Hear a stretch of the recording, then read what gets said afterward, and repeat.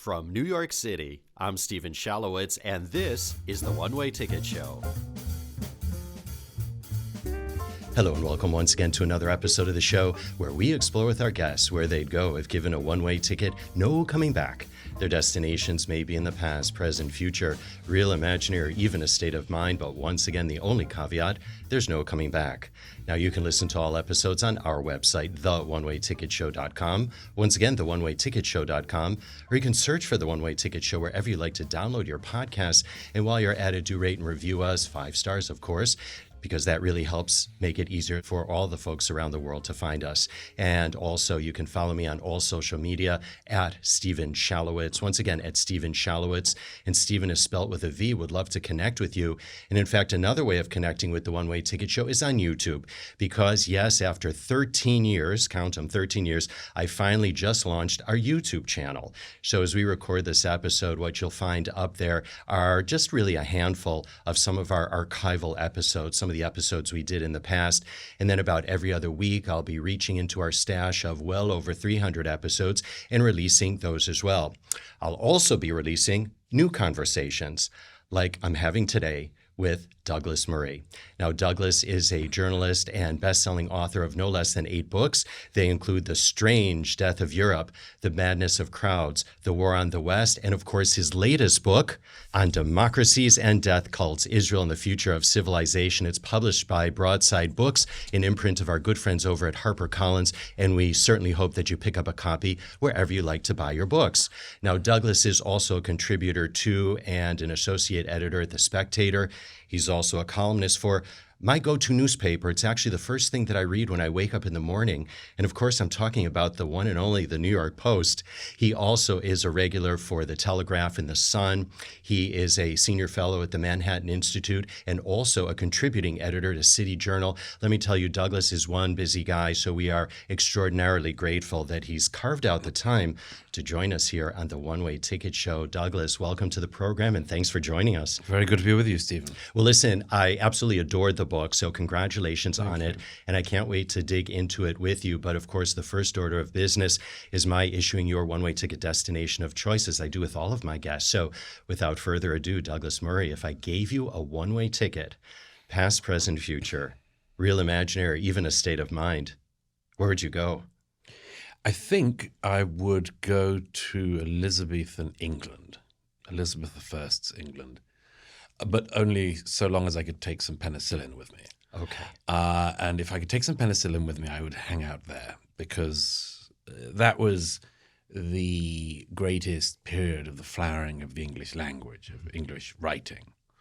Writers like Shakespeare, Marlowe, and others were all milling around. I would get the opportunity to go to the theatre most nights. I could go to the Globe Theatre. I could see Shakespeare's cast performing. I could see the plays coming on for the first time and see whether or not the audiences knew that they were at a moment in history. So I think I'd do that. And what would you like to do then in Elizabethan England, apart from going to see the plays? I mean, what would have been your profession? Oh, that's a very good question. I don't know. I'd like to think I'd be a writer. Well, I've never tried my hand at rhyming couplets or verse, so I don't know. But it would just be wonderful to be among a flowering group of writers like that, because as we know, all creative eras tend to work because a group of people are in a sort of rivalrous competition and much more with each other and knock each other to higher and higher heights. So I think that would be it. But who knows? Maybe I'd just be an innkeeper chucking unsuccessful playwrights out of the bar. Okay, there you go. It's a whole new career ahead of you back in Elizabethan England. So apart from penicillin, though, is there anything from our time today that you would like to take back with you and to show people then? And what do you think that they would make of it? For example, an iPhone or any other bits of technology? Oh, you'd have to be very careful, wouldn't you? Because if you brought back even a television set that worked, you would probably be burned at the stake for witchcraft. So I'd have to be very, very careful. What would I take back? I think it would have to. I think it would have to be medications, moisturizer as well. I think I'd have to take some Yes, things to clear up things like, what's it called? Not scurvy, but scrofulousness and all those terrible skin problems that people used to have in those days, and which we forget we're very lucky to have sort of got past. Well, on a very hot and humid day, as we're experiencing today in New York City, I'd have to imagine you might want to take an air conditioner with you as well. What a good idea. Air conditioner. Yes. Yeah, and very lightweight cotton clothing. And all the locals will be gathering around my air conditioner in absolute astonishment at this new magic. Is there anyone you would like to meet then in Elizabethan England? I would love to have seen the court of Elizabeth I. All the people like Robert Cecil, all the brilliant people around her. And obviously Shakespeare. I mean, to have seen him on stage would just be extraordinary. It would be, yes, absolutely mesmerizing. So many questions that I have. What would he have been like on stage? How did they speak? How did they keep the audience standing in the pit, being propositioned by prostitutes and street peddlers and others? How did they keep their attention? Did they keep their attention? Right. Do you think that they would have been surprised that his work has stood the test of time all these centuries later? It's a really interesting question, that. All writers like to think that to some extent we're writing for posterity. To some extent, I think everybody wants to think that.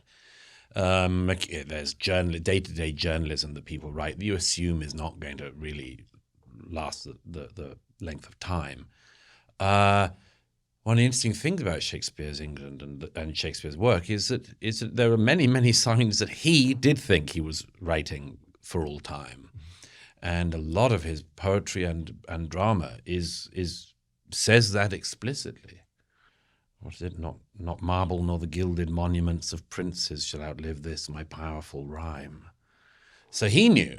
Did his contemporaries? I imagine quite a lot of them realized what they had. But of course, it's not until after his death that they even start to put the plays together, because there wasn't the sense that we have now of the sort of authoritative volume of a writer's work. I mean, what libraries existed in those days, Do you have a favorite Shakespeare work yourself? Probably to watch Twelfth Night, which has just got everything in it. Comedy, tragedy, everything. It's incredibly funny, incredibly moving, and very disturbing with the revenges carried out on Malvolio. So Twelfth Night to see, probably King Lear to read, or Hamlet to read. Yeah. In your school days, did you ever take the stage in a Shakespeare play?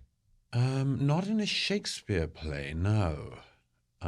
Maybe I have a subdued Hamlet inside me somewhere. Could be. Not that subdued. Did you ever think about taking the stage, or that even as a career? I was actually maybe a little bit. Yes. I mean, I could do it. I don't know how well, but I mean, I think I could do it back then. I know one of the things that put me off was doing runs, even just amateurly. Runs of plays struck me as being not as much fun as you thought, because first night, thrilling, second night, oh, we're doing this again. It just becomes rote. It becomes rote. And I know a lot of actors who have their own ways of getting through that. But live performance, obviously, is just thrilling. But yeah, I did worry about that. And then I just became a writer incredibly early, really, because I wrote my first book when I was 17, 18. And it came out when I was 20. And then my life as a writer took off, and everything else fell away. Absolutely. We're going to be talking about your book in just a sec. Just one or two more points about your travel to Elizabethan England on your one-way ticket destination of choice. What would you want to tell them about our time today, Douglas? And what do you think would surprise them most? I suppose in some ways, I mean, I take the view that history is always the same. I mean, there's nothing new once you understand the basics of human nature. There's nothing that can really surprise you. I don't think they'd have been so idiotic in early 1600s, for instance, to have thought that war would go away. You mean that war? Any war in general? War in general, Yeah. you know. I think it's so hard because in a way, of course, we do progress, but only in certain ways as societies. I think they would have been surprised that we had religious tolerance because that did not exist then. I mean, to the extent that whether you were Protestant or Catholic was a matter of life or death. I think they'd be rather surprised that this is a rather positive thing to say, but to an extent we managed to get on. We could sort of agree, you to your gods, me to mine. I think that would have amazed many of the people then who were literally willing to be burnt at the stake to not give up, for instance, their particular interpretation of the meaning of the Eucharist. Mm-hmm. It seems extraordinary to the modern mind. In the arc of the British Empire, because that was the beginning of the age of exploration, yes. I wonder what they would have made of the expansion of Britain throughout the world and then the loss of empire. Absolutely. All of that would have been absolutely bewildering. I mean, nobody knew about the wider world. We knew so little in those days. Right. I mean, one of the examples I often think of is that when Christopher Columbus sets out to try to find a new route to China, he carries a letter from the King of Spain addressed to the leader of China as the Khan. But the Chinese had not used Khan as a name for the emperor for 200 years. And that's because nobody in Europe had got to China since Marco Polo. So we knew nothing about each other. It's one of the things that, yes, makes it thrilling living in the modern age when you and I can, for relatively little money, get on an airplane almost anywhere. Absolutely. And then final question really on your destination of choice before we get onto your book. Is that something that you've really thought about, though, before I even asked you the question? I mean, had you entertained the idea or wondered what it would have been like going back in time then? Well, I hadn't particularly thought about it. I mean, there are lots of times I would have loved seeing. I've just spent much of the summer reading a new translation of the Odyssey. So I would also, if Homer's characters were real, I wouldn't have minded being at the sack of Troy either. Oh, interesting. Okay. Well, again, there's no coming back. No. Oh, yeah, that's right. True. Well, there's not much coming back. Well, there's a long coming back for Odysseus. So, right. Yeah. Indeed. All right. Well, listen, do send us a postcard from Elizabethan England. I will do. It'll be in quill. I'd love that. Yes, I'm sure you have wonderful penmanship, and do send our very best regards to the Bard. I will. All right. Well, listen, speaking of all things literary, again, congratulations on Democracies and Death Cults, Israel and the Future of Civilization. I absolutely plowed through the book. It was just such a fascinating read. And you know how the night before an exam, I don't know if you have this in the United Kingdom or not, this old wives' tale, that you want to put the book, your textbook, underneath your pillow, and then you sleep on it. So then the next day when you take the exam, you remember everything that's in the book. I've not tried it, but I'm sure it works. Well, I'm sure it works also. I did not try it with your book, but I very much wanted to because I wanted to remember literally every single thing that was in this book. I really enjoyed it. And I want to hopscotch through the book and just pick out a couple of points to discuss in the time that we have. Douglas, in the first that I want to talk about is something that you had brought up that Yuval Biton said. Yuval Biton, for our dear audience, was the dentist, the doctor that saved Yahya Sinwar's life.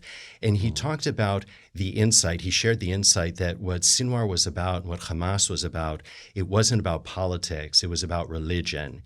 And at another point in the book, you talk about the notion that this sliver of land, this Jewish state, which is that sliver of land, is an absolute affront to Muslims. And I'm wondering if you can connect the dots there for our audience, because I don't think people realize that. Yes, that's the story of the Jewish Israeli dentist who spotted that Sinwar, the architect of the October 7th attacks, the account of that he gave and that I describe in the book of being in the prison with Sinwar was very haunting to me, because this is when Sinwar was in prison in the 2000s. He was in prison in Israel because he had killed Palestinians with his bare hands, and indeed on one occasion with a kafir. the same terrorist chic that people now adopt on American streets. Sinwar had been found guilty of murdering Palestinians, and so was imprisoned in an Israeli jail. And after some time, he was spotted by this dentist. He was having trouble balancing. He was falling over when getting up from prayers and things. So the dentist realized something was wrong and sends him off to the local specialist hospital that diagnoses that Sinwar had a very serious brain tumor. And Jewish doctors successfully performed a removal of the tumor, and Sinwar survived. Fast forward another couple of years, and the Israeli soldier Gilad Shalit had been abducted, and Sinwar was one of more than 1,000 Palestinians in Israeli jails who were released as a swap for the one Jewish soldier. Mm-hmm. There are a number of things that pertain to that as well, one of which is that the nephew of the dentist who spotted that Sinwar was ill and saved his life, his own nephew was murdered in kibbutz near Oz on the 7th of October in the morning. Yes, the observation that for people like Sinwar, this is a religiously motivated jihad is something which I think very many people in the West do not understand. And by extension, as you say, the existence of the one Jewish state in the region for many Muslims, not all, but for many Muslims, is a significant affront. Mm-hmm. It's a religious affront. And I think because there's several things go on at the moment that to stop people understanding this. One is the presumption that all people everywhere always want the same thing, which is a pleasant but liberal belief, but also a myth. Some people want things very different from what we want in societies like America, Britain, Europe. And foremost among them are groups like Hamas, Hezbollah, Islamic Revolutionary Government in Tehran. They actually do have a different view of the world and what we're meant to be doing in it, and different orders of value, different priorities, and very, very ancient bigotries. Mm-hmm. And perhaps the foremost among them, I've very often heard over the years from Jewish and Christian friends, why is it that Israel is such a just litmus issue? Why, of all of the wars and the horrible conflicts that have gone on around the world in our lifetimes, why is it always this one that seems to get so many people's ire up? And one of the answers is not the only answer, but one of the answers is because this goes back 1,400 years at least, when the Jewish tribes were among the first to reject the purported revelations of Muhammad that are the start of Islam. Mm-hmm. And that rejection runs very deep and and it's the cause of much textual and other problems within Islam, within Islamic traditions. But it's one of the drivers, not the only one by any means, but one of the drivers of the very, very deep feelings that many people have about the existence of the Jewish state. Building on that idea of it being an affront, there was a story that you had in the book where you were going across the October 6th bridge in Cairo. And I want you to share that story. And when I was reading that, the big question that came for me, Douglas, was how do you begin even to change people's minds, their thought processes, when they've been fed such rubbish or lies for decades, and they've just been fed it since childhood, really? Yes. Well, we know that in closed societies you can mislead a population much more easily than in an open society. In communist China, they still try to keep the amount of information available to know pretty strictly censored.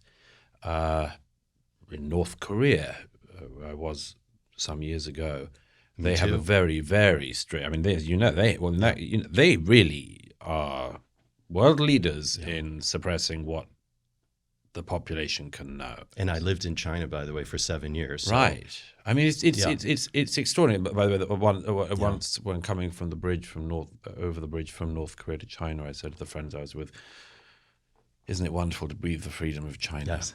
But you know, share that October 6th story, though. Yeah. Well, you see, the interesting thing about that is that there are societies which are seem to be much more open than, for instance, communist China or the Kim's North Korea. And in Egypt, some years ago, before the the anti-Mubarak revolution, I remember I was with some very, very cool Cairo friends. And yes, one day we'd crossed the 6th of October Bridge, down 6th of October Highway, went to see a new apartment. One of them was thinking of buying in 6th of October City. And I said eventually, well, what's all this 6th of October business? Hey, we'd been out, in the clubs of Cairo, we'd been to bars, and everyone was very Western and traveled, as well. Some of them had been to Paris and so on, my Cairo friends. And one of them said, well, the 6th of October is to commemorate our victory over the Israelis. And I said, but which victory over the Israelis? And I realized he was talking about the Yom Kippur War. And I said to him, but I mean, as carefully as one could, but politely, but I said, but you didn't beat the Israelis. And he said, and I told him the history. He said, I thought we whipped their ass. I said, oh, I'm afraid they whipped your ass. But it's a sort of little window into something that I've seen often in travels around that region, which is the simple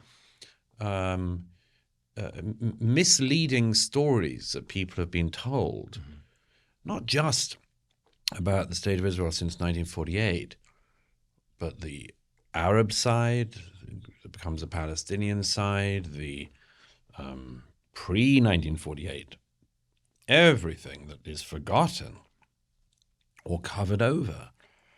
Just huge amounts of misinformation and indoctrination, which is one of the scariest things in the region. It's obviously been one of the most lamentable failures of Hamas in Gaza since 2005, but also of the international community in failing to educate a new generation of Gazan Palestinians into living beside their neighbor rather than trying to annihilate their neighbor.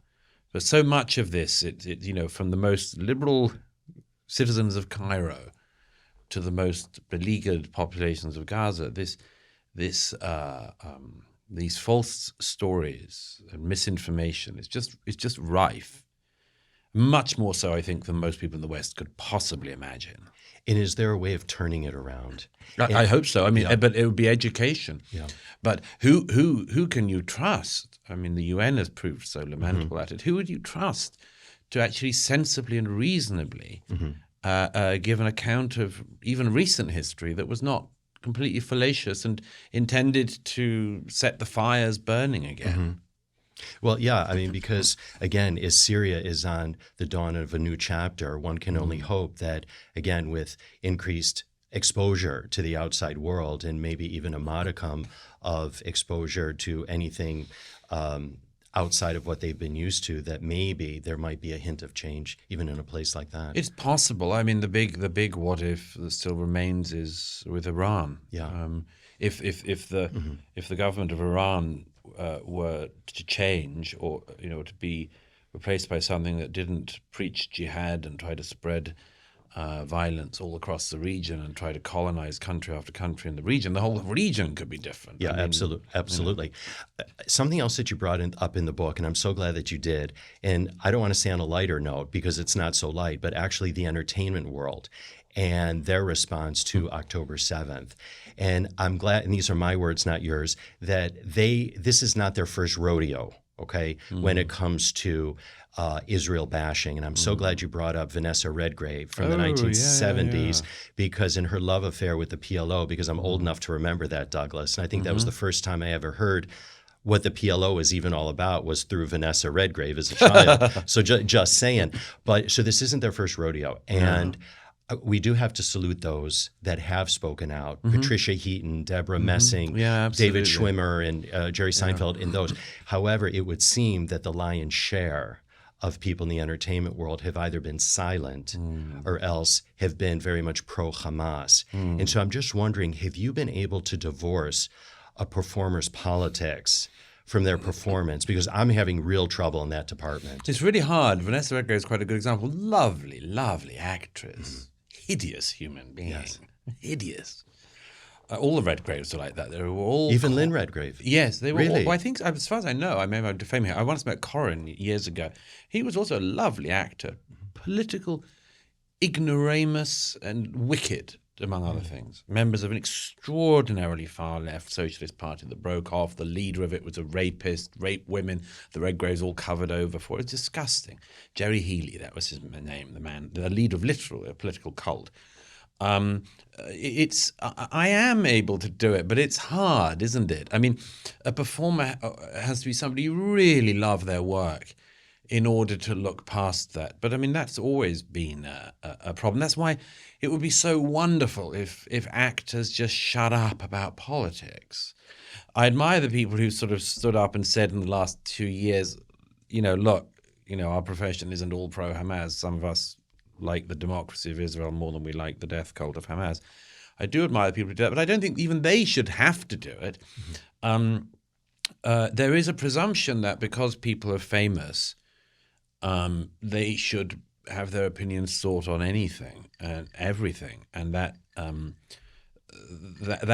a symbiotic relationship, because the culture wants it for the entertainment value and the news value, and the individual is lured into it because it's rather flattering, So, you who starred in a sitcom in the 2010s, what do you think the solution to the problem in the Middle East is?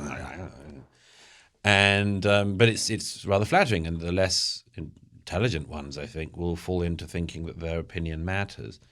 I was rather proud of a former schoolmate of mine, Eddie Redmayne, who some years ago was interviewed on radio in the UK, and they asked his opinion about something political, and he said, "I don't know. I'm an actor. I'm just an actor." Good on him. And I thought, oh, well done. Finally. Well done. Right.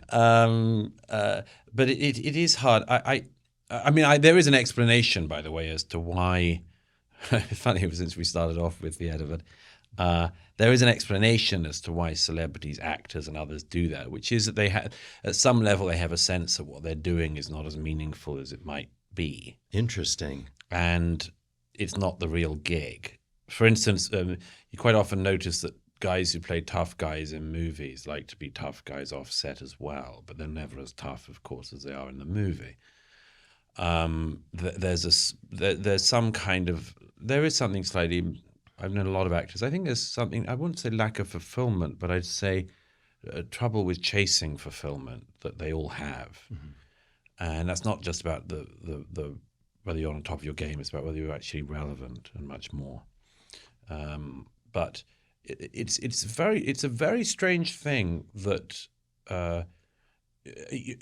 By the way, there's also a psychological explanation, which is that acting, like writing and many other things, these are activities that lend themselves to a certain type of mindset, tend to be a more liberal, open mindset, tend to put a higher estimation on what one might regard as more feminine virtues like empathy and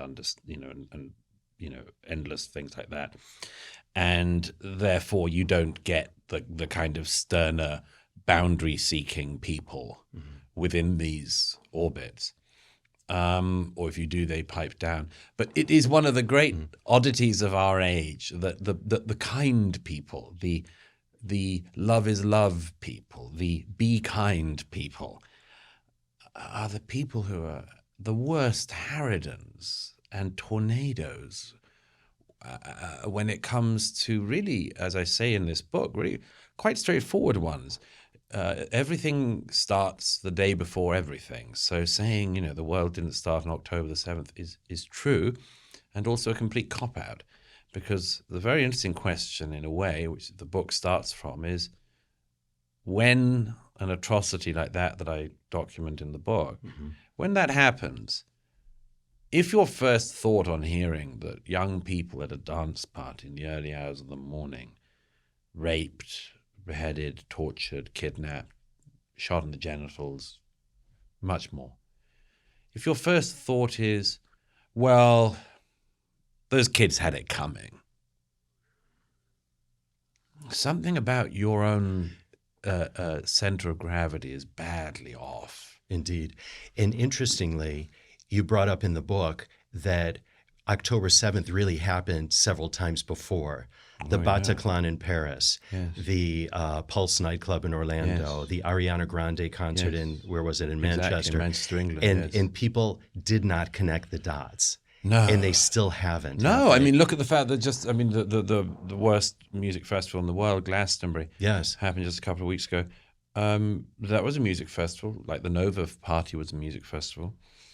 The people who were at Glastonbury this year had the luxury of calling for death to the IDF and to indigenous people in Britain, as it happens.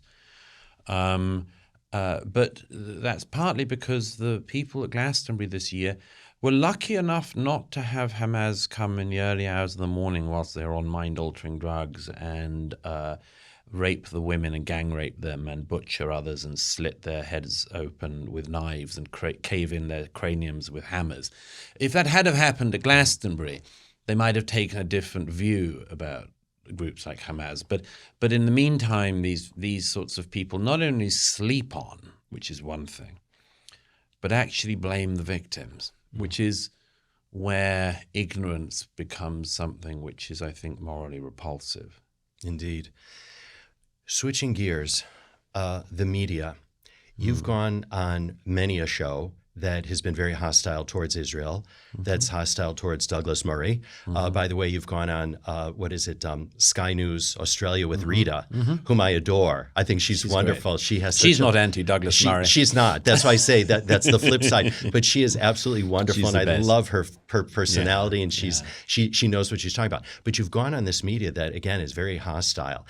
And I'm just wondering, Douglas, when you leave the studio, when the cameras stop rolling, what are those conversations like with the presenter or the producers? Do they really believe what they're spewing out? It's hard to know. I mean, my own view generally is if people say something, you believe them. You know, there's an awful lot of sort of thinking in our time, which is, X must only think Y because of Z. Sometimes X just thinks Y because that's what they think. Right. That having been said, there is the algorithm in the media of our time definitely favors certain stories and certain, not just points of view, but certain ways of behaving. The algorithm on YouTube that will be, X destroys Y is much more appealing to people than X has a fruitful conversation with Y. And so people who chase the algorithm, chase the clicks, simply because they have to for monetization, say Tucker Carlson or Piers Morgan. Candace Owens. Yeah, I mean, I don't know what they believe to some extent. I mean, it's different in different cases, but I mean, certainly with Piers Morgan, I mean, it's he needs the clicks, and so he needs the outrage machine to work. And but I mean, that some people will think that makes him a bad guy. I just think that is what it is. Which is part of the business model. For him, it's part of the business model.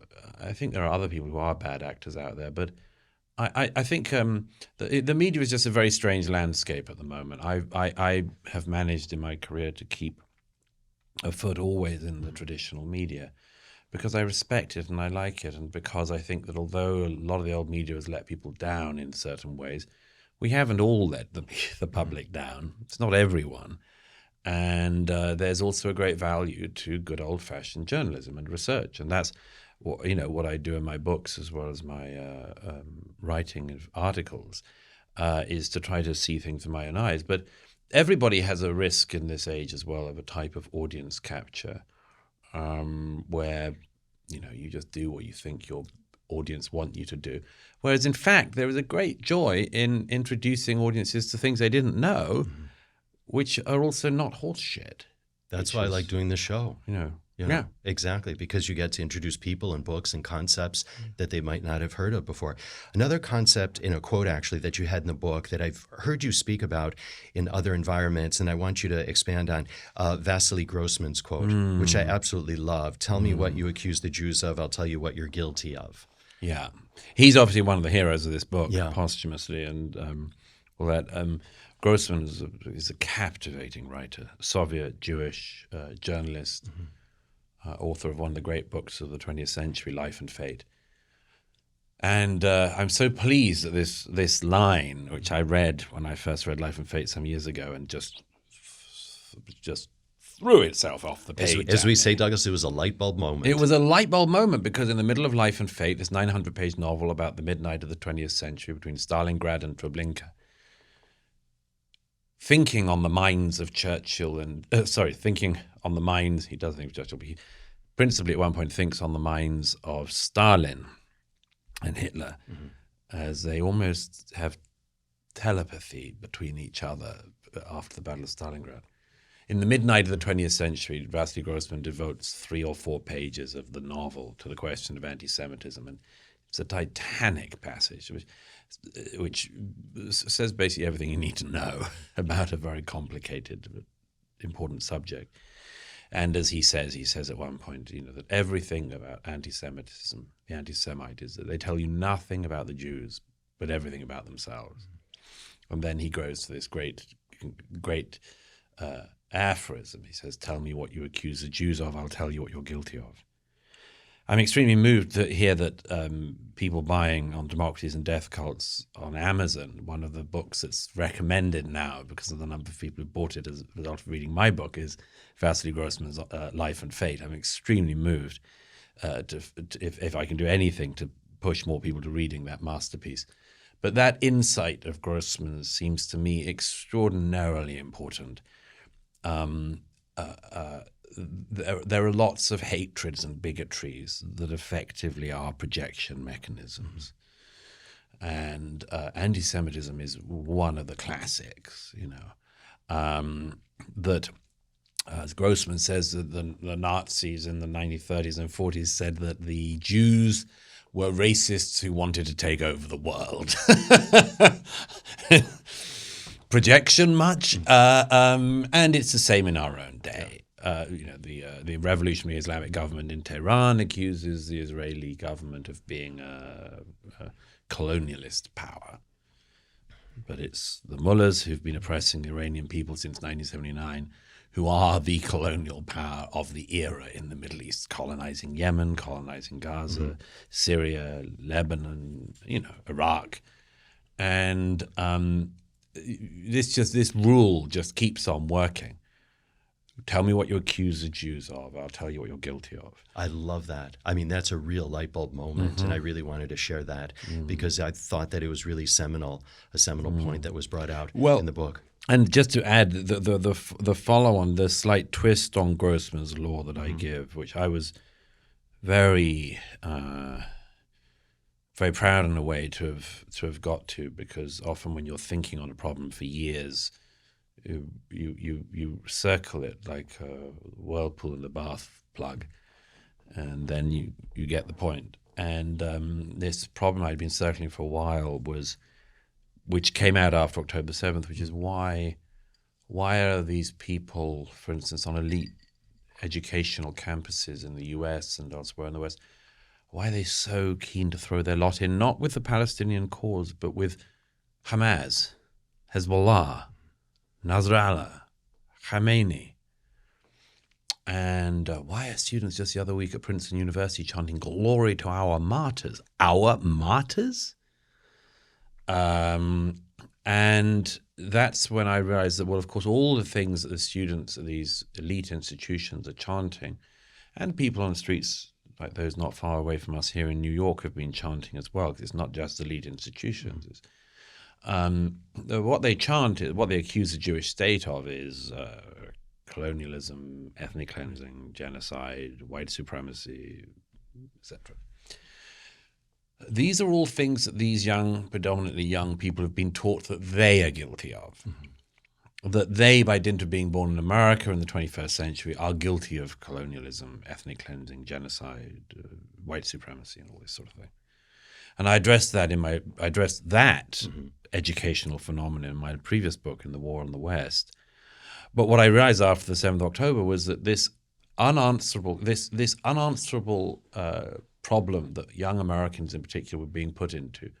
You're guilty of something you haven't done, but people who look like you on this land centuries before did do, or may have done. I said that's going to create a psychological problem because there's no alleviation of this. There's no way out. And then since the 7th of October, we've seen what the way out. Tell me what you accuse the Jews of. I'll tell you what you've been taught you're guilty of. And then one understands why the hollering and why the rage and why the extraordinary behavior of erstwhile intelligent, or certainly very privileged people. They use the Jewish state as a mechanism on which to project all of their taught inadequacies and probably real inadequacies at this point as well. Are we at a turning point, Douglas? The world's always at a turning point. I just have to say, because I reread The War on the West ahead of our conversation. Of course, I read on Democracies and Death Cults, and I thought, my gosh, you really called it in The War on the West, and also, in your other books as well. Well, it's, you can't see very far into the future, and only a fool thinks they can see clearly. You can tell. You can see certain trends emerge.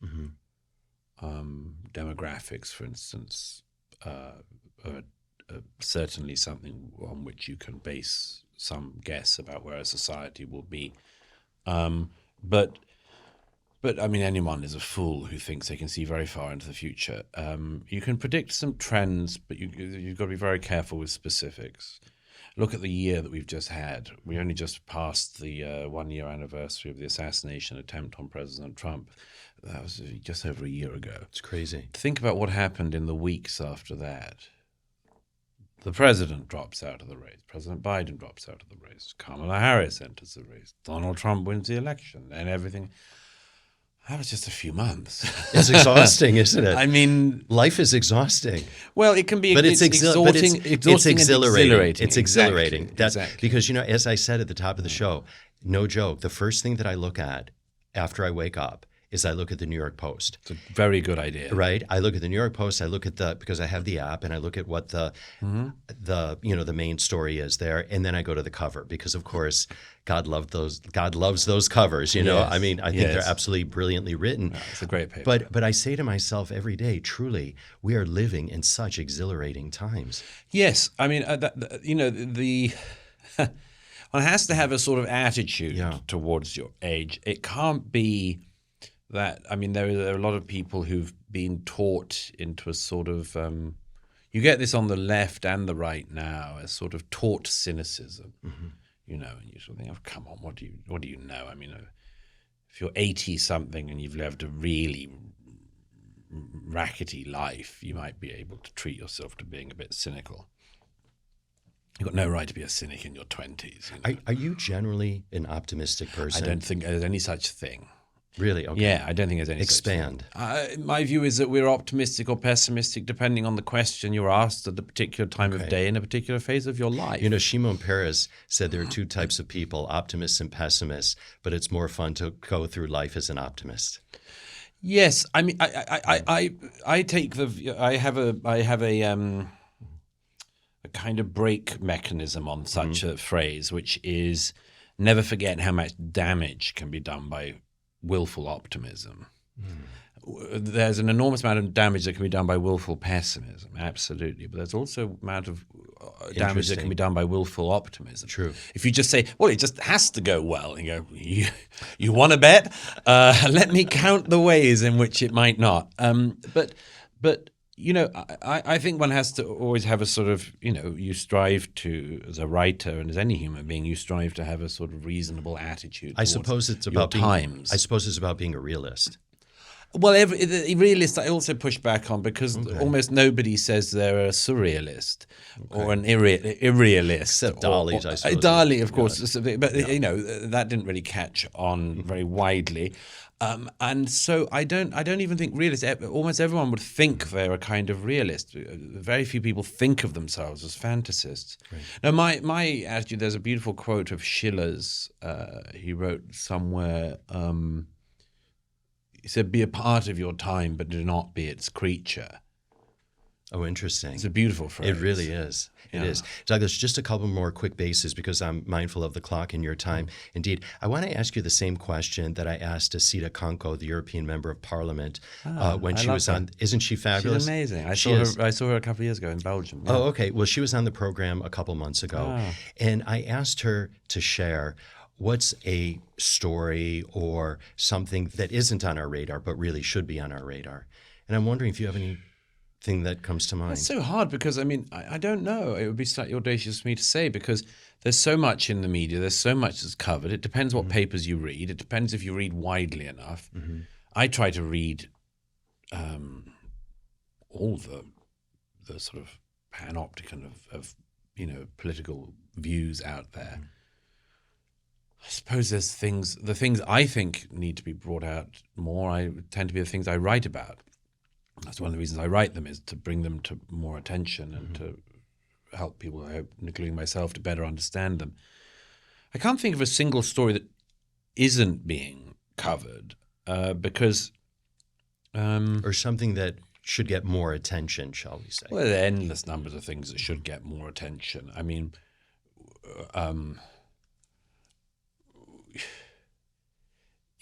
there's so many things that should. I mean, for instance, how much do we know on a day-to-day basis about China's actual, basically, colonialism in Africa these days? It's interesting the mineral fight. Douglas, it's interesting you said that because her answer was what Russia and China are doing in the Sahel region. There you go. So okay, I mean, so there will be things, but then there are very, very fine journalists who are covering that. It's just that it's a less sexy subject than other ones that might spring to mind. Right. No pressure, but what's your next book? I never talk about the book I'm thinking about or writing, and it's... Are you writing a book now? I'm in the gestation process. Okay.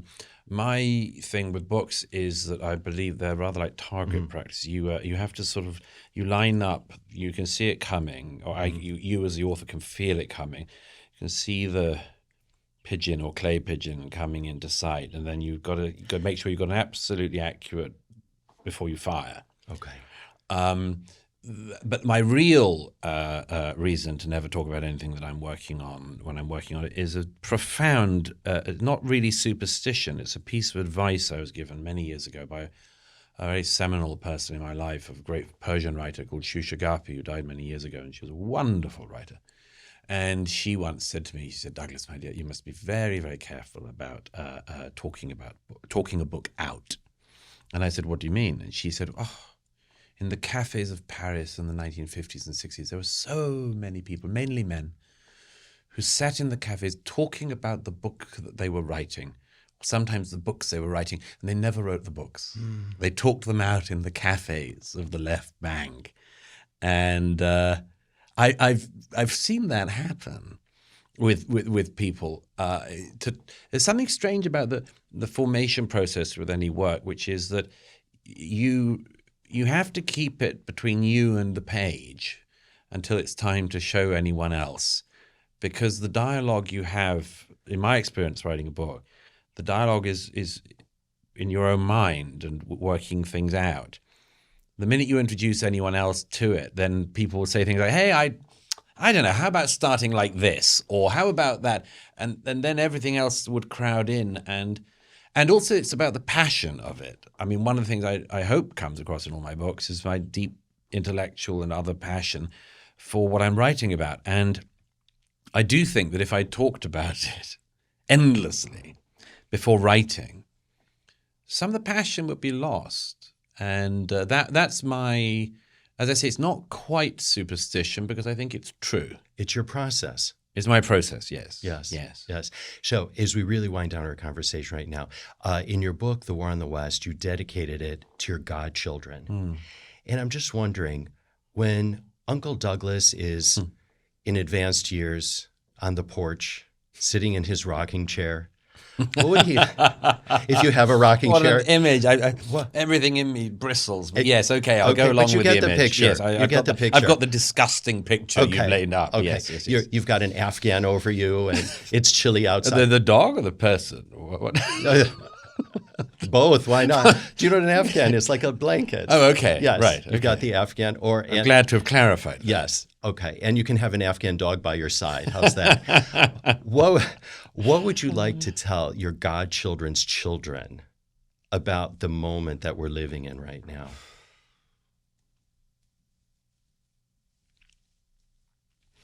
Well, I think I'd fall back on a quote, because it's one that has seen me through, and I'm sure will see them through as well, which is a quotation from C.S. Lewis's great sermon given in the University Church at Oxford in the fall of 1939.